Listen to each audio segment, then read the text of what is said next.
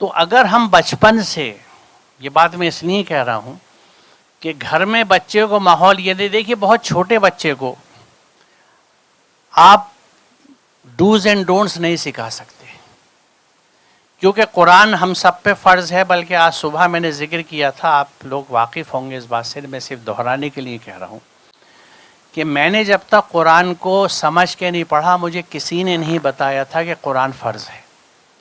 مجھے بچپن سے جو فرائض بتائے گئے تھے وہ توحید، نماز، روزہ، زکوٰۃ، حج، 5 فرائض. اور اس میں توحید کا مفہوم ہی نہیں پتہ تھا کہ کیا کہتے ہیں. کلمہ یعنی توحید، لا الہ الا اللہ، کوئی اللہ نہیں ہے، محمد رسول اللہ صلی اللہ علیہ وسلم. قرآن جب سمجھ کے پڑھا تو سورہ قصص کی آیت نمبر 85 دیکھیے کہ ان الذی فرض علیک القرآن لا ردک الی معاد، کہ بے شک وہ ہستی جس نے تجھ پہ قرآن فرض کیا ہے تجھ کو ایک انجام کو پہنچانے والی ہے. فرض علیک القرآن صاف لکھا ہے. اب اس میں کہیں کہیں پہ پہلے لوگوں نے کہا، پھر میں نے بھی دیکھا تو کچھ تراجم میں ہمیں یہ ذکر ملتا ہے کہ یہ تو رسول اللہ پہ فرض تھا، لہٰذا عام انسان پہ فرض نہیں ہے قرآن. تو اس کے لیے پھر میں اب اپنے کیمپین میں 2 آیتیں اور شامل کر لی. ایک سورہ اعراف کی آیت نمبر 3 ہے جو یہ کہتی ہے کہ اتبعوا ما انزل الیکم من ربکم ولا تتبعوا من دونہ اولیاء. پہلا حکم صاف ہمیشہ کی طرح جیسے قرآن کی صفت ہے، خاصیت ہے، اعجاز ہے کہ اتبعوا، اتباع کرو، ما انزل الیکم من ربکم، جو تمہارے رب کی طرف سے نازل کیا ہوا اس کی اتباع کرو. Follow what has been revealed to you from your sustainer. یہ حکم ہے، اتبعوا حکم کا صیغہ ہے، اتباع کرنی ہے، آپشن نہیں ہے.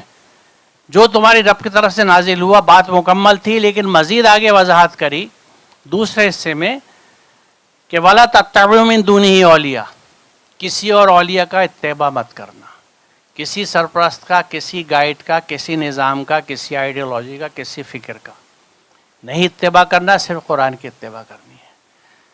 اور قلیل ما تذکرون، یہ بھی کہہ دیا گیا کہ تم سمجھتے بہت کم ہو باتوں کو. کیوں؟ کیونکہ غلامی نفس کی ہے. اور جو مسئلہ اس وقت تھا رسول کریم صلی اللہ علیہ وسلم کے زمانے میں، جب ان سے کہا جاتا تھا وہ کہتے تھے ہمارے تو بڑے ہو پیچھے والے ایسے ہی کرتے تھے تو ہم تو ایسے ہی کریں گے. تو ہمارے یہاں روش یہی ہے کہ ہمارے یہاں تو ایسے ہی ہوتا تھا، سب ایسے ہی کرتے ہیں. آپ کیا کہہ رہے ہیں؟ قرآن سمجھ کے پڑھو میاں، 5 وقت نماز پابندی سے پڑھ رہے ہیں، 30 روزے رکھ رہے ہیں، زکوٰۃ پابندی سے الحمدللہ رمضان میں نکال دیتے ہیں، اور کیا چاہیے؟ جان لے لوگے کیا کہتے ہیں لوگ، کیا کرو گے؟ اور تو اب یہاں دیکھ لیجئے کہ اتبعوا حکم تو یہ ہے. اب آپ دیکھیے جب آپ قرآن کو ہم سمجھتے نہیں، ہمیں یہ نہیں پتہ اس میں لکھا ہوا کیا ہے، تو ہم اپنی زندگی جو گزارتے ہیں شب و روز 24/7، اس میں ہمارے فیصلے کس بنیاد پہ ہوتے ہیں؟ یا تو دل سے، جو دل میں آتا ہے، یا جو سماج میں دیکھتے ہیں، یا جو چلن ہوتے ہیں، یا جو خاندانی رواج اور رسمیں ہوتی ہیں. اور رسم و رواج کے لیے ہم اپنے شہروں میں جو حالت طلاق اور نکاح کی دیکھ چکے ہیں، اس میں مزید کچھ اس مثال کی اور سمجھانے کی ضرورت ہی نہیں ہے کہ کس انداز کے رویے ہو چکے ہیں. تو یہاں پہ جب آپ قرآن کی اتباع نہیں کر رہے تو نیچرلی جو اتباع ہے وہ قرآن سے ہٹ کے نفس کی ہے، چاہے سماج کی ہے. تو بچپن سے اگر بچے کو گھر میں یہ ماحول ملے کہ قرآن نیڈس ٹو بی کنسلٹیڈ، کوئی قرآن ایسی کتاب ہے جس میں ہم یہ دیکھتے ہیں کہ ہمیں کیا کرنا ہے، تو اس کا ذہن یہ بنے گا کہ مجھے جب کوئی مسئلہ آئے گا تو مجھے قرآن میں حل ڈھونڈنا ہے.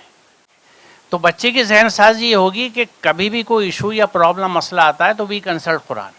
کیونکہ جب ہم نے 3.5 آیتیں چن لیں اور صدیوں سے وہی اسلام کے نام پہ ہمیں سکھایا جا رہا ہے بچپن سے لے کے بڑے ہونے تک، قرآن کی طرف کوئی ترغیب نہیں ہے، کوئی تحریک نہیں ہے، کوئی موٹیویشن نہیں ہے کہ قرآن تو کھول کے دیکھو کیا لکھا ہے. اور تیسری آیت جو میں آپ کو بتانے والا تھا، اعراف 3 بتا دی، اتبعوا والی بات ذہن سے میری نکل گئی تھی، وہ سورہ انعام کی ہے. اور اس میں تو جواب موجود ہے. سورہ فاتحہ میں جو ہم دعا کرتے ہیں اہدنا الصراط المستقیم، اس میں جواب موجود ہے کہ ھذا صراط فان ھذا صراط مستقیم فاتبعوا، کہ پس یہ میرا سیدھا راستہ ہے، اس کی اتباع کرو. اور آگے کہا جا رہا ہے کہ اگر اس کی اتباع نہیں کرو گے، اس راستے سے ہٹو گے تو دوسرے راستے تمہیں بھٹکا دیں گے. دس از دا اونلی وے.